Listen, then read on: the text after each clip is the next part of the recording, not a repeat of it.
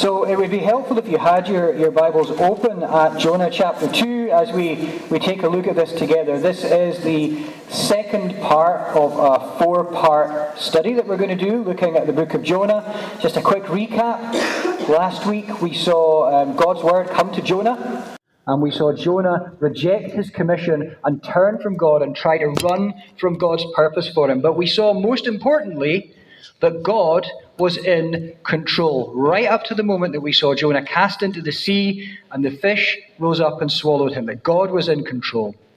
The reason I read that last verse from the first chapter this time is you might have noticed that it makes quite a neat picture. We've got the Lord, the fish, and Jonah there in that verse. And then in the final verse of chapter 2, we have the Lord, the fish, and Jonah again. Some commentators have referred to this as a fish sandwich. I think I prefer to say it bookends Jonah's prayer. It bookends the rest of the chapter and what Jonah has to say, which is what we're going to be looking at today. Have you ever needed to be rescued? Have you ever needed to be saved? I mean, maybe, as I was saying to the kids, you found yourself stuck up a mountain. Maybe you've been lost. Maybe it's not been quite a helicopter job, but maybe you've needed someone to come and tell you where you are and lead you home. Maybe you've been in a more serious situation. Maybe you've been in a really dangerous situation where your life has been in danger and you have needed to be rescued to be got out of there. Or maybe it's as simple as the fact that sometimes things start getting on top of us. Sometimes it might be something as simple as something we have to do and we are just not coping with us. That recipe is not as simple as it looked on TikTok. That essay is a whole lot harder than you thought it was when you put it off for 2 weeks. And you need help because you can't do this on your own. We've all been there, haven't we? Probably more than once. Well, we find Jonah here crying out to be rescued because Jonah needs to be rescued. What does Jonah need to be rescued from? Now, some of you are probably thinking, is this man an idiot? What does he think Jonah needs to be rescued from? Jonah has been thrown into a sea in the middle of a storm and eaten by a fish. What do you mean? What does Jonah need to be rescued from? But I'm going to suggest that it's not as straightforward as that. That that's not what Jonah really needs to be rescued from. And I'm hoping that as we look at the chapter and as we work through it, that will make some sense and we'll come to see that there's more that Jonah needs rescued from. There's more going on. For the sake of structure, I'm going to look at something that kind of happens in Jonah's prayer where it starts off talking about going down and then we have coming up. So that's going to be our, if you like, our headings, our two sections, going down and coming up. So in terms of going down, we saw a little bit of that last week when we looked at chapter 1. We saw this trajectory developing, didn't we? We saw that as God tells Jonah to get up, right away things start going wrong, when instead Jonah starts going down. He goes down to Joppa, he goes down to the ship, he goes down below decks. Well, in these verses in chapter 2, we see that trajectory continuing, this going down. But where in chapter 1, the threat in the going down was kind of implicit, it wasn't right there in front of us. Now it's much more obvious that this going down is trouble and that it is dangerous. Jonah starts his prayer by talking about his circumstances after he was thrown in the water. And he uses some really evocative language. There's some powerful images being used here and going on here. And a lot of it is very, very similar to the language of the Psalms, which Jonah would have been familiar with, and I'm sure they informed his choice of language. But let it flow over you for a little while. Look at it, think about what he's saying, and just for a moment, let yourself feel something of what Jonah felt at that moment. As he went down into the sea. So the water is dragging you down, dragging you under as it closes above your head and it starts pressing in on you. And you are in deep, deep darkness. And you get into the depths of the ocean. You can't see a thing because it is dark down there. And there's clinging seaweed, and it's wrapping itself around you, and it's tightening around you. You can feel that tightening, and you can feel it closing, and you sink further, and you sink further, and you keep sinking until it feels like you have gone so low that you are barred in by the roots of the mountains, like you've been swallowed by the earth itself, like the grave has swallowed you. And what we have there is, it's a poetic description of what was literally happening to Jonah, but it is all the more evocative for being symbolic of his spiritual condition too. Because in this dreadful experience, as Jonah sinks physically, as he physically goes under, he gets a glimpse of just how far he has sunk spiritually. And it was a result of this realization, it was a result of this distress that Jonah finally cries out to the Lord. Now, on the one hand, it's really good that he does that. It's good that he cries out to the Lord. But on the other hand, it's actually a bit shocking that this is what it's taken. I mean, think about it. Way back at the beginning of chapter 1, the word that we have here in verse 2 where Jonah says he cried to the Lord, he called on the Lord, it's very, very closely related to the word that we have in the second verse of this book, right at the start, where he is told to cry out over Nineveh. So it starts our story with God saying to Jonah, cry out. And Jonah refuses. He will not do it. Then again, during the storm, the sailors plead with Jonah to cry out to his God as the boat threatens to come apart under them. No, still nothing from this so-called servant of the Lord. Still no crying out. Then comes the climax of the first chapter. As the sailors are throwing Jonah overboard, they call out to the Lord for mercy. They cry out to God. But still, nothing from Jonah. It takes this experience of drowning, this desperate terror of falling into crushing darkness. It takes this to convince Jonah that maybe, just maybe, it's time to call on God. Because you see, it wasn't drowning that Jonah needed rescued from. And it wasn't the fish. Because in some respects, the drowning experience, it was part of the rescue. Sounds weird, but it was. The storm, the drowning, the fish, all of these were part and parcel of God rescuing Jonah. Because Jonah's problem started long before he hit the sea. Jonah's problem started the minute he got up and ran away. The minute he chose his own path over God's. From that moment, he was going down. He was going under. And the same is true for us. Last week I said that trying to deny God's purpose for us takes us in a downward spiral, in a downward direction. And here, Jonah realizes the stark truth of where that goes, of where it takes us. Because if we're honest, we often think we know better than God, don't we? Is there anybody here who can honestly say they've never thought that? We have our own ideas about where we want to go and how we want to do things. We want to be free, to be our own masters. Yes, freedom. Freedom to be who I am. That's the big rallying cry these days. Well, we should be thankful that up until now, God has not let you do that. Not really, he hasn't.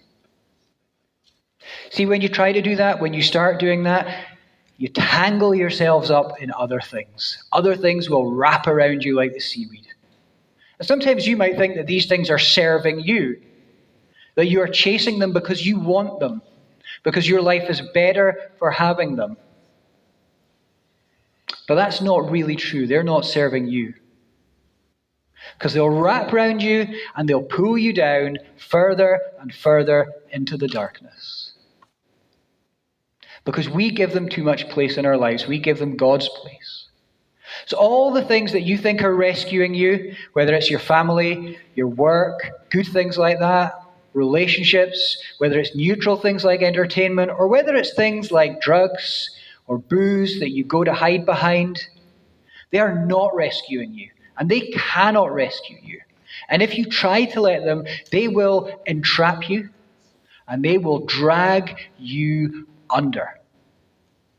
Look at what Jonah says in verse 8. He says, "Those who cling to worthless idols forfeit the grace that could be theirs." Or in some translations it will say, turn away from God's love for them.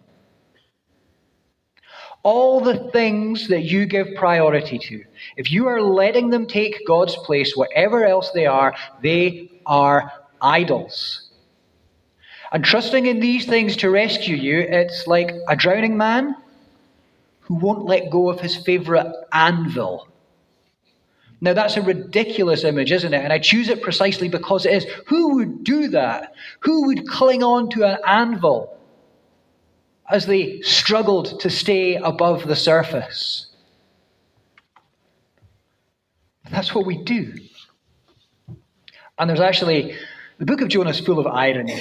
And one of the really delicious ironies is here. Jonah talks about peoples who bow down to idols. Now, Jonah thinks he's talking about foreigners, pagans, heathens, other nations, the kind of people who bow down to idols. But at this point in history, do you know what Jonah's people, what the nation of Israel were doing as part of their worship?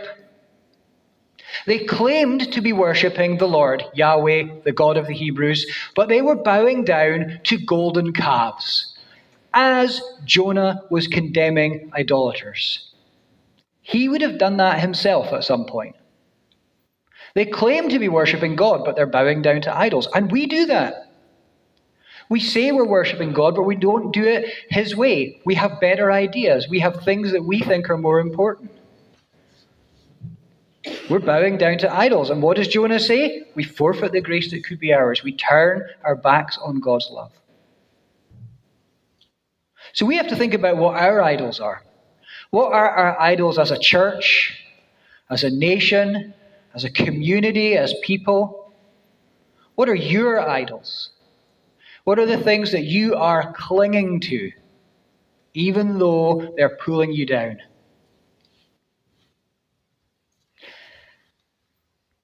Because here's the terrifying thing. Here's the thing that Jonah's experience as he sinks into the stormy sea gives him just a taste of, gives him just a hint of. We turn away from God's love when we turn to idols. Why? Well, we said it already. People want to be free. We want to be free to go our own way. We want to be free from God. We want to be free from the constraints of religion. You can't tell me who I am and how to live my life. We don't want God anymore. That's our cry these days. That's what people say, whether they realize it or not, whether they put it into words like that or not. When we try and live our own ways, we are saying, we don't want you. But God looks and He says, oh, my children, you don't know what you're asking for. You do not know what you are saying. Because so many people today want to cut God out of their lives. And some might even think they've managed. But we should thank God, and I mean that literally. We should thank God that in this life, that is never so. Because do you know, the Bible has a word for being finally free from God. There is a place you can go to be finally free from God. It's hell. Because people have the wrong idea about hell these days.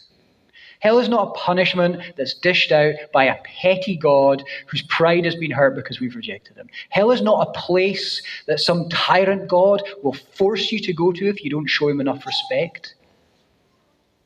Hell is eternity separated from God. It's what you're running towards if you're running away from him. And Jonah gets just a taste of what that might be like here. Just a sample. His drowning, his time in the belly of the fish, they're a picture of where running away from God leads. So many people today think we live in a world without God. Words like hellish and God-forsaken get thrown around very casually. And honestly, some of the situations that they're describing are horrific. Some of them are horrendous. But none of us really understand what it is to be, what it would be like to be completely forsaken by God. Even when we might feel pretty far from him, even when things are horrific, when they are horrendous, he has not forsaken us. Because even in the worst of times, we all shelter under his hand. Whether we believe in him or not, he does not allow the world to be out of his protection for now. Because there will come a time when he will say to those who continue to reject him, not, I'm going to punish you for this, but when he will say, have it your way. Here's what you asked for. Verse 4, Jonah says, if you look at it with me, he says, I have been banished from your sight. Yet I have been banished from your sight. That's the horror that brings him to his senses. Separation from God. Now, of course, there's more irony here, because this is the book of Jonah. And it shows us that while Jonah is making some progress, he still has a bit to go to really understand it. He says he's been banished. I mean, literally, he says he's been banished from before your eyes. Really? Because back in chapter 1, remember, Jonah ran away from before the face of God. Banished, are you? This so-called banishment was what Jonah had been trying to achieve in the first place. But now he gets a taste of it. Now, just for a moment, he gets to see how horrific it is to be away from God's face. But things are not hopeless. I'm not leaving us here. Jonah doesn't leave us here. God, more importantly, doesn't leave us here. Because in the middle of verse 6, we see things start to turn around. Verse 6 is a kind of a key pivotal verse here. We read there, to the roots of the mountains I sank down. The earth barred me in forever. But you brought my life up from the pit, O Lord my God. Here we see the switch in direction. Jonah stops going down. And the trajectory is turned around as God starts to bring him back up. Just as he starts to feel like he is going to be down here forever, he finally starts coming up. Have you ever been given a timeout? Maybe as parents, some of us have had to give timeouts. Timeout where basically a period where things stop. Where you're taken out of the flow, you step out of the flow and you are given time to get things settled, to maybe clear your head, to maybe think about your actions, for things to calm down, to take a look, to get some perspective. Well, in a lot of ways, that's what this time in the belly of the fish was for Jonah. It was a 3-day timeout. And he seems to have gotten a sense of perspective while he was in there. He's been at a really low ebb. He's been fairly sure he was going to die, I would imagine. He's tasted death. He's come to the point where he thinks it's all over. And he's had a foretaste of existence without God and what that would be like. And he comes to his senses and he's cried out to God. And do you know what? God hears him. Jonah spoke about being shut off from God. But it's obvious that God still hears him. In verse 7, Jonah says that he remembered the Lord. But the key takeaway from this is that the Lord never forgot Jonah. Jonah may have felt like he was no longer before God's eyes, but God was still watching over him and God was still listening. And when Jonah says that his prayer reached the temple, rose to the temple, he's probably not talking about the physical temple. He's probably not talking about the building in Jerusalem. We can be reasonably sure of that because at this time the nation was divided. Jonah was from the northern kingdom of Israel. The temple was in Judah in the southern kingdom. Jonah would not have been a regular visitor. But it would seem from the language and from the history that Jonah was thinking about something else. Because the temple is God's dwelling place. And the temple on earth was just a representation of that. It pointed towards God's much greater dwelling, to God's throne room in heaven. So even as Jonah had rejected God's commission, even as Jonah had said no and tried to put distance between himself and God's will, even as Jonah felt shut off from God, his prayers go up into God's throne room where they are heard. From down in the depths, from so far down that he feels like he's in the grave, to God's throne, his prayers go and are heard. That is incredible. Because he was about as far away from the heavenly throne as you could possibly expect to get. In his words, in his own words, he was in the grave. He was in the land of the dead, and God heard him. And sometimes you might feel like God won't be able to hear you. You might feel like you are too far away from God, like there are too many barriers. Maybe of your own making, maybe from your circumstances. You might feel that God won't be able to hear you. But just like Jonah, just because you feel far from him doesn't mean he isn't right there alongside you. It doesn't mean that he doesn't hear you. No matter how low you get, no matter how dark it feels, no matter if, to use the language of Psalm 116, it feels like the cords of death are wrapped around you, and the anguish of the grave has come over you, and you are overcome by distress and sorrow. God will hear you if you call to him. He has not let you go any more than he had let Jonah go. And do you notice what Jonah had to do to put things right with God? What Jonah had to do to earn his way back into God's favor? Nothing. Not a thing. Jonah cries out, God responds. There's no deal making. There's no quid pro quo. God doesn't extract a promise from Jonah to try a little bit harder and do a little bit better next time. Jonah cries out and God responds.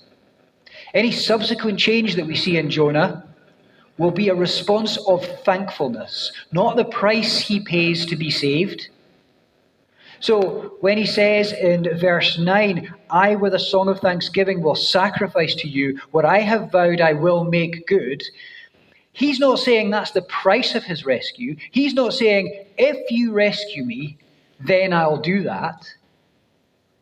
Because if we look at the language Jonah's using here, he's not looking forward so much, looking forward to a time in the future when God will save him. He is praising God now because he is saved. And he's still in the fish. Even from the belly of the fish.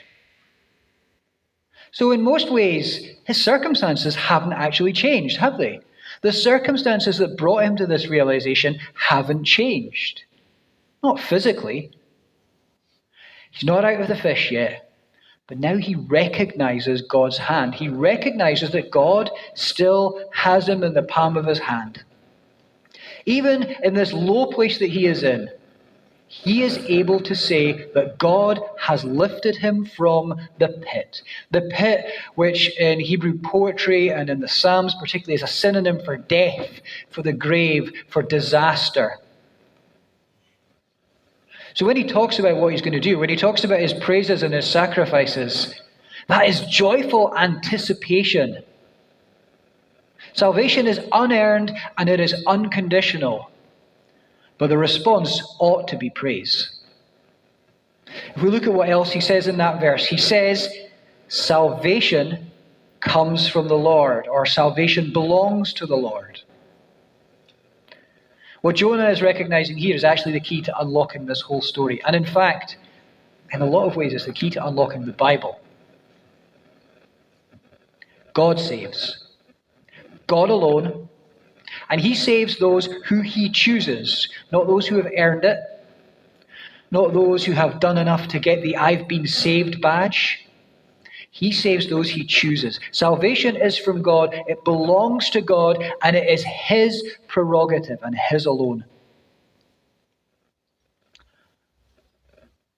So that being the case, where does that leave us today? It's all very well talking about Jonah and the fish, but what about us? What about you? Where are you?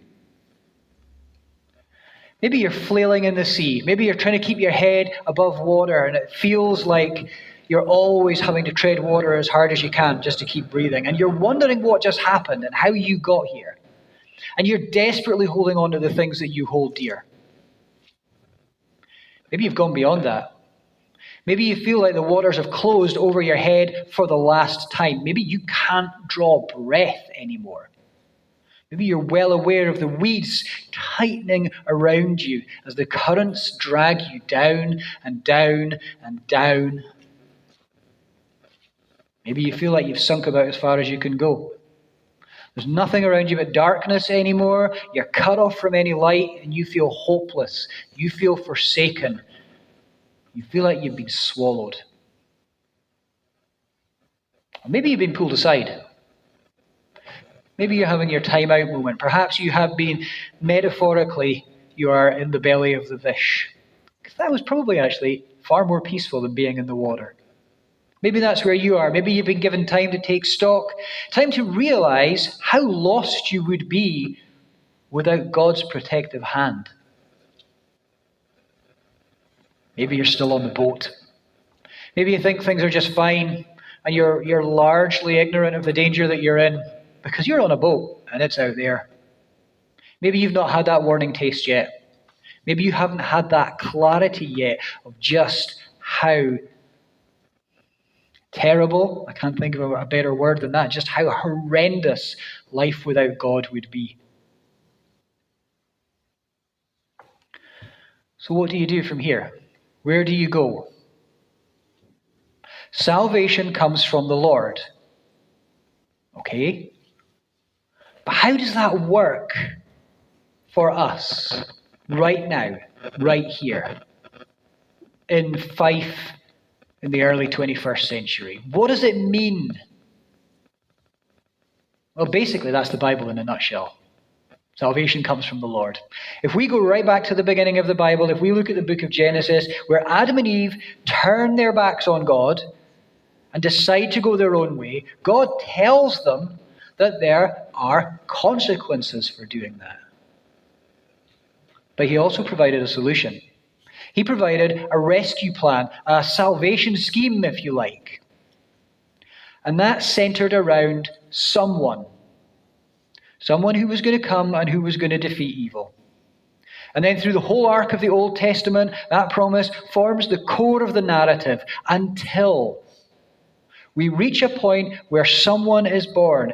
Someone whose name literally means the Lord is salvation.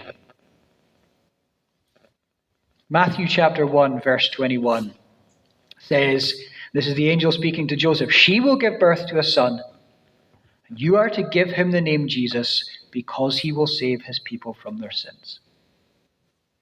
It sounds like just a fairly simple statement, doesn't it? Jesus, the Lord is salvation. That's what that means. Salvation is the Lord's. The Lord is salvation. Jesus, he will rescue his people from their sins. He is the rescue plan. There isn't another. There's no alternative option. There's no plan B. There's no alternate route. There is only Jesus. Because we have two choices. We keep running. We keep wanting to get away from God until the day he finally lets us. We keep going down. Or we recognize our need, and hopefully we do it with a little bit less drama than was necessary to bring Jonah to his senses. We recognize our need and we call out from wherever we are. We don't wait to get back to dry land. We do it from where we are. We call out to the Lord who saves, so that he can stop our spiral down and he can lift us up. And that's something we need to keep doing. Even as Christians, we will keep making mistakes and we will keep going the wrong way. Jonah was already a prophet, and he still made this mistake. So we need to keep crying out to God to keep lifting us up and to keep us following him. Now, when Jonah cried out, he knew assurance. He was able to praise and to look forward to the time when he would continue praising God. He gave praise from the moment he cried out because he knew. How much more assurance can we have today? He didn't know anything about Jesus. He knew that God had promised that he would save, but he didn't know how it was going to work. We can look at Jesus on the cross. We talked about Jonah thinking he was forsaken. We talked about how we can sometimes feel forsaken. Well, Jesus is the only person who could ever truly say that he was forsaken by God, as he held our sins on the cross and knew God's wrath in our place. And then what did he do? He came back up. He went down into the grave and he came back up to show us that he had power over death, that he was the one who had been promised, and that he could bring his people back up and take us home. So if Jonah could know assurance in the belly of the fish, how much more can we know today looking to Jesus? Don't wait till you're on dry land. Don't wait until the storm is over. Don't wait until you've got everything sorted. And don't trust in anything else. Wherever you are right now, call out to Jesus, and call out with that kind of expectation that enables you to say, I will praise him. Because we can trust that he will stop us going down and he will bring us back up when we call to him.